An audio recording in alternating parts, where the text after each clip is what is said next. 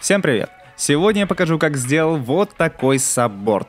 Видео не маленькое, и я буду признателен, если посмотришь его от начала и до конца. Устраивайся поудобнее и поехали! В длину доска будет 3 метра, так что придется удлинить мой основной рабочий стол с помощью старых ЛДСП. Форму сабборда я срисовал просто с картинки из интернета. И по ней ширина доски получилась 75 сантиметров. Во всех покупных саббордах толщина идет от 100 до 150 мм. Я же выбрал середину, и толщина будет 130 мм.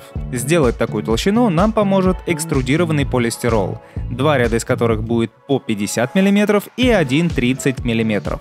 Склеивать листы будем специальной клей-пеной Fast Fix от этой же фирмы. У пены имеется небольшое расширение, так что стыки склеиваю скотчем и накрываю все листы грузом.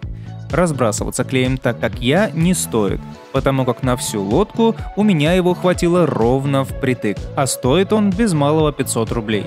Да и самого пеноплекса вышло на 2600. Кстати, цена надувного сабборда начинается от 30 тысяч рублей, так что пока экономия приличная.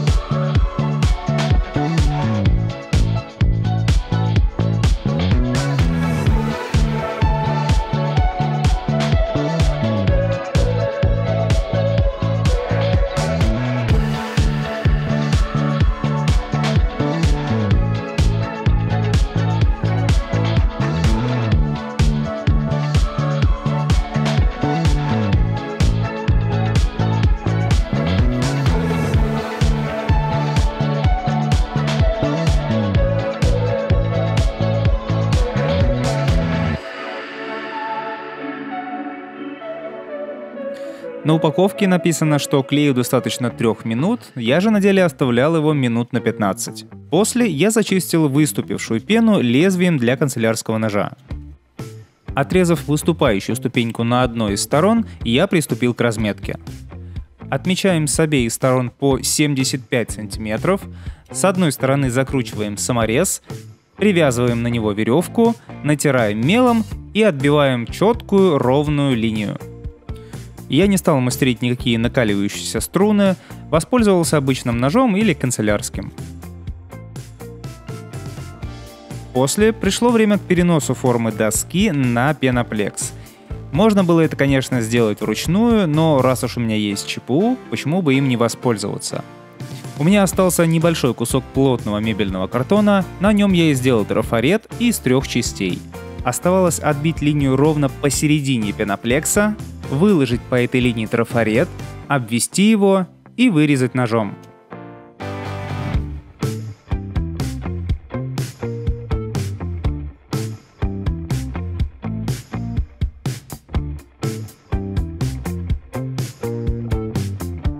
Первый слой готов, переходим ко второму, и он у нас будет армированный. А в качестве арматуры будет сосновая рейка толщиной приблизительно сантиметр с небольшим и высотой чуть меньше, чем толщина пеноплекса, то есть где-то 48 мм. 3 таких рейки будут повторять форму лодки, только уже раза в 1,5. Фиксировать рейки буду на саморезы и скобы.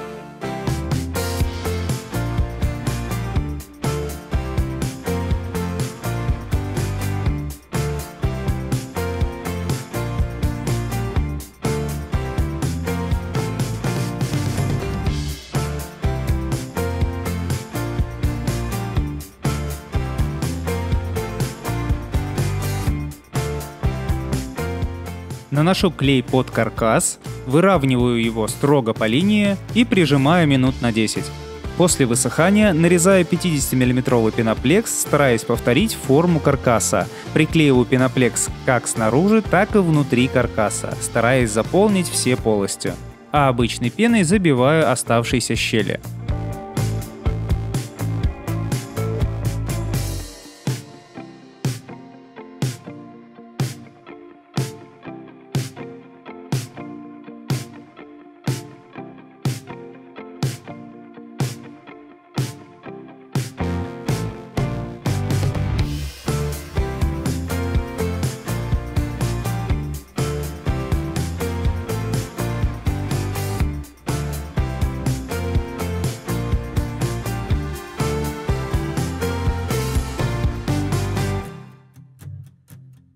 Перед третьим окончательным слоем я зашлифовываю пену и торчащие края пеноплекса. А также нужно позаботиться о плавнике, который придаст устойчивости при гребле. Его я буду вырезать на ЧПУ из толстого 7 мм оргпластика от микроволновки.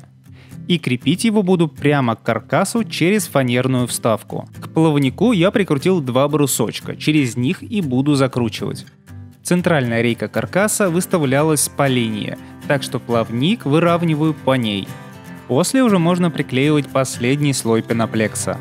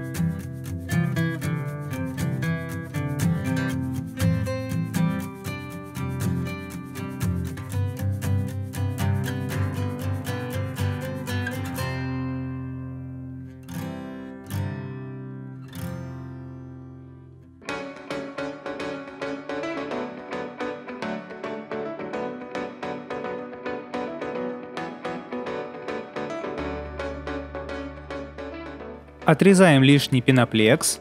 С помощью угольника по всему периметру лодки отмечаем по 5 см с одной и с другой стороны, чтобы сделать одинаковое скругление.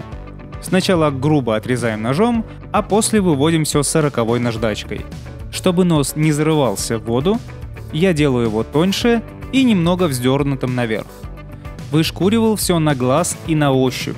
Так что как только форма меня устроила, я перешел к этапу нанесения эпоксидной смолы и стеклоткани. Ткань буду наносить в один слой сверху и снизу доски. Хотелось бы в 2 слоя, наверное, так было бы правильно, но, к сожалению, хватило мне эпоксидной смолы только на 1 слой. И пару слов о смоле. Я уже достаточно давно использую эпоксидную смолу фирмы Artline и никаких проблем никогда не испытывал, так что смело могу ее рекомендовать. Но скажу честно, я эту смолу выбросил на обзор, причем достаточно давно, и вот она наконец дождалась своего часа.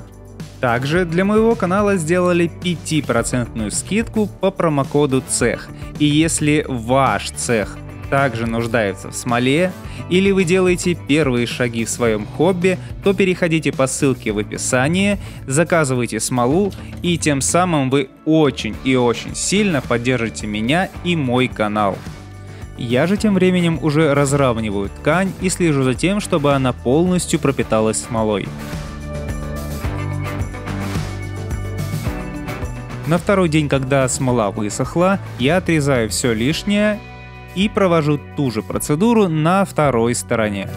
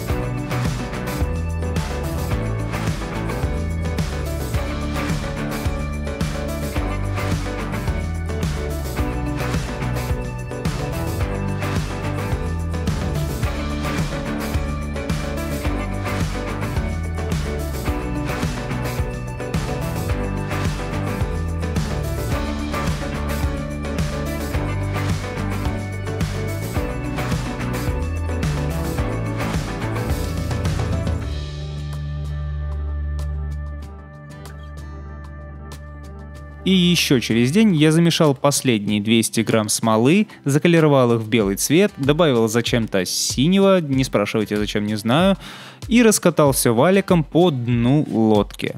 Надо было ее, конечно, оставлять прозрачной, потому как перекрыть цвет пеноплекса таким объемом все равно бы не получилось.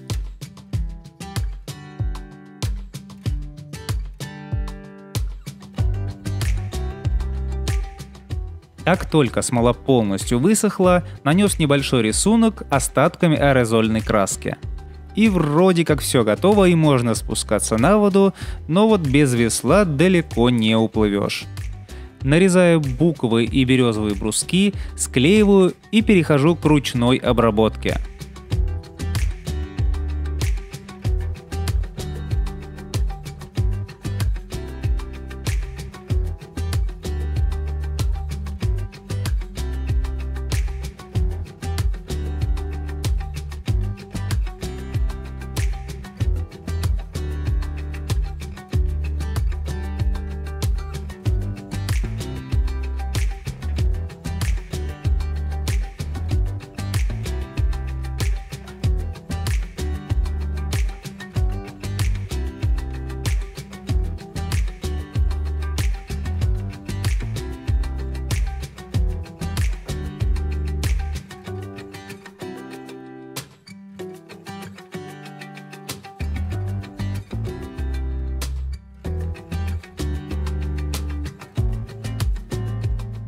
Мой дед завещал мне вот такой огромный рубанок. И давайте небольшая викторина. Напишите в комментариях, кто знает, как правильно такой рубанок называется. И все те, кто правильно ответит, может абсолютно заслуженно и без зазрения совести зайти в ближайшую пятерочку и купить себе бутылочку темного козела.